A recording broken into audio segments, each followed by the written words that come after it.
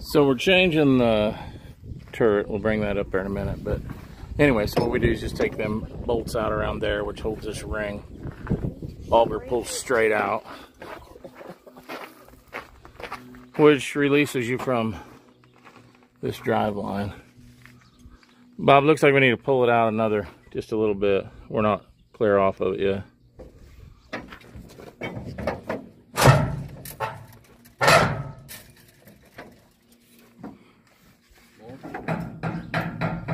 Still there. It's still, that shaft's. So anyway, we just pull that out. Then on the back side, we've never done this before, but you have to pull these bolts out. There's a stud here, which he said that makes it easier. That shaft might be so you can line them studs up when you put it back. So you take this off, this whole thing's going to come off, and then we'll bring you back. That's when we put the balls in the turret. See down here, if you look, you can see some gap. See the balls in there? Well, it's just getting a little loose. I dropped one off an N6 one time, so I don't want to drop this one off. We're just doing it before weed harvest here. Alright, I'll bring you back when we get this off. Take them two off the whole thing. Alright, this sensor sits in here like this. Those two bolts, it plugs in right here. I had to pull those off because this bolt is behind it. Okay. Got all the rest of them out.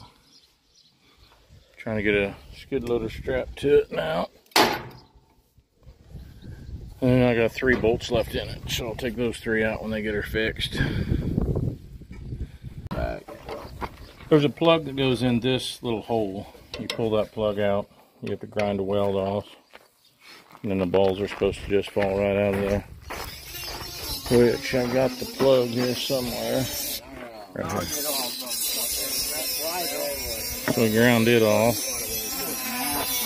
I don't know when I talked to you. I guess I didn't show you pulling it off, but once you get them bolts out, support it, pull the auger off this. You don't have to take any bolts out. The auger slides straight on that.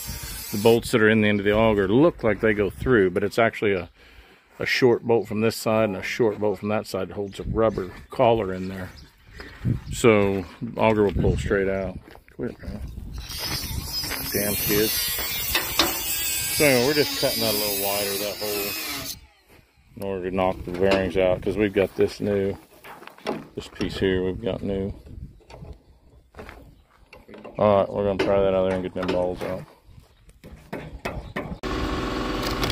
Alright, we're trying to get this back together.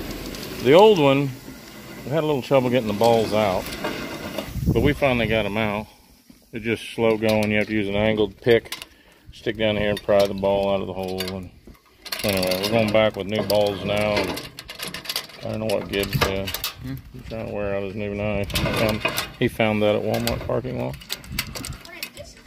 He's not old enough to have a pocket knife. That's a drop spreader. With a drop spreader. So anyway, we're trying to get the new ones in here. Everybody said, oh, them old ones will fall right out. Well, no. A lot of dry grease in there. And we talked to a gleaner last year at their combine clinic. And, you know, we go around every morning and grease all those zerks.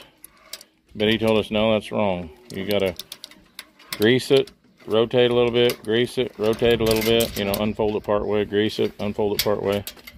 We've never done that all our life. And this is only the second one we've replaced. I'm not saying we shouldn't do that. We might start doing that. Because this ring was $1,100. What? No, the ring was $900. $900 for the balls. Yeah, something like that. It was like $1,100. He's sitting there? But I bought this about last winter, so with the Biden administration, it would probably be $2,600 Is he now. staying out of trouble? Oh, no politics. I forgot about that. So anyway, you can see we're getting the balls back in there. Bob's trying to pull them around. I don't know if that's helping or hurting. Or what, Brent? Slingshot it. Yeah, I don't know, Bob. I think we ought to roll them. Just work them around. We can get them all the way to the top. Whoa, lost the ball.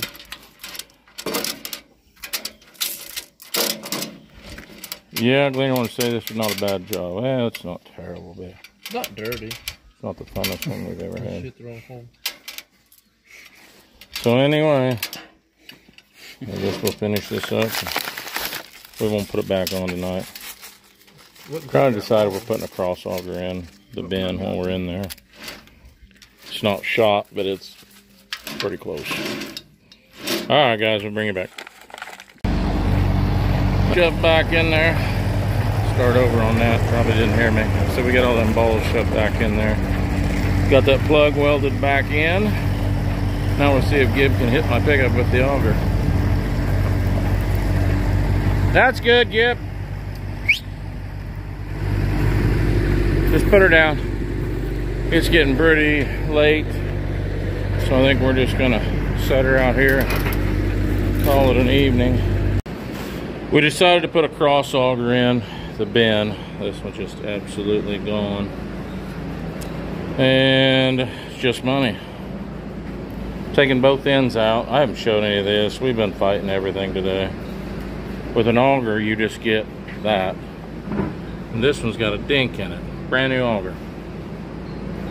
You have to take this out of the other end, which is just 2 bolts with bushing. Cleaned it all up. The other end has a U-joint on it, which, you know, you're in there, you change the U-joint, right? Yeah, we got a hell of a mess. These were kind of goofed up. We got them, we think, cleaned up. Anyway, Bob dropped a ball out of one of them. Dropped a needle bearing out of one of them. One of us did. So anyway, we're trying to put her back together. So I'm just out looking at some crops this morning. It's Sunday before Memorial Day.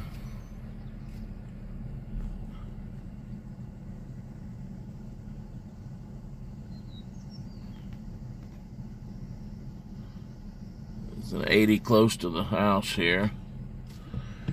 Looks really good. No complaints. Be canopied in a few days.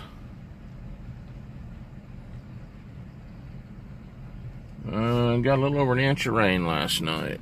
This is the wheat. Got 88 acres of wheat there. Wouldn't be terrible if it wasn't for the rye that got mixed into our seed. It's not the best wheat in the country, I can promise you that. Still row it a little bit. I don't know. We're really torn. We have extremely big heads. We've got heads that got 50 plus grains in them, and we got heads that got 28 grains. And the 28 grains is still better than our average wheat year. So I don't know. We've got a lot of guys around that have brome and cheat both in their wheat, and we don't have that at all. So I'm wondering, maybe some of you guys can help me. That's a terrace channel right there. It looks thin, just low. Wonder if you guys could help me. We use quite a bit of atrazine during certain rotations, of course. And I'm questioning, our wheat looks a little thinner than a lot of people's. Is our atrazine hurting our wheat? Are we getting carryover and it's hurting our stand? That may be why we don't have any brome or any weeds of any kind. I don't know. Maybe atrazine doesn't affect the brome or the cheat. But if you can keep it from coming up, I don't know. I'm kind of at a loss. So I think our agronomist thinks we'll be cutting wheat June 5th. I think it's, what, 26th today, May. So we've been working on combines, as you know, in the other video. Well, it'll be in this video, I suppose. And we're going to try to finish up a bunch of stuff on the combines this morning. So anyway, yep, grateful for the rain. A little water standing around. We weren't dry, but we could have, I mean, the shower was definitely needed. It's just we weren't in trouble yet. Alright guys, I'm gonna look around some more. Well, it's Monday, Memorial Day. We're trying to beat the heat a little bit today. Pulled the spreaders out of both of them. We replaced Bob's a couple years ago. New gears and bearings. And we knew mine needed it. Which my gears, I mean, they're bad. But they're not. I mean, they're bad. Those are about $300 a piece. So we put new bearings and new gears in it. This, you better have a good air hammer and lots of WD-40 on this job. Anyway, some guys cut these off to get them out. I don't know. Somebody's put this on here. They normally are covered here. This is my machine. Since Bob's needed bearings, we only got 4 bearings when we went to Schmidt's the other day. So we used 2 to get his back together. And well, I'll have to go get 2 more tomorrow for this one. But you can't really put this back together. This two's got a mesh, and your bearings got to come in from the bottom, and etc., etc. So I may tape this one going back in. It's not the easiest thing to get out, but it's not terrible. This is a cross auger. We got it all put back together. New U-joints, new auger, and we're just getting ready to stab it back in there as soon as Bob gets off the phone.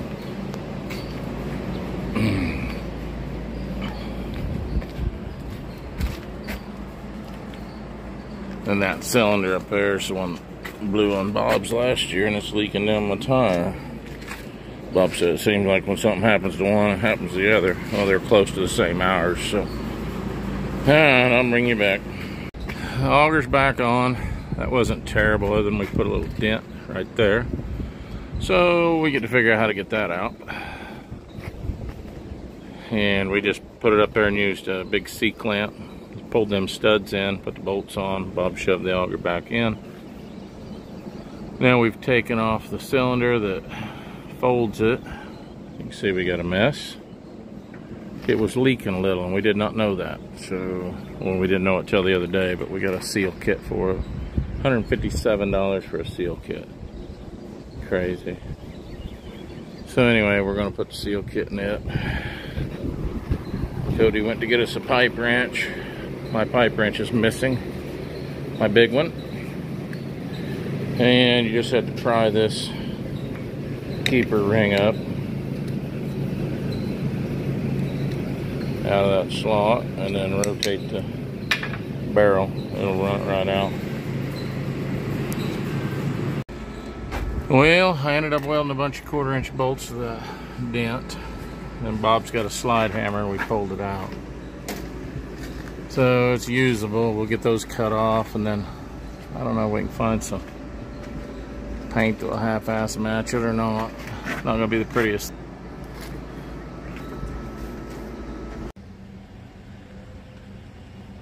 Payment over there, it says prepare to fill before payment.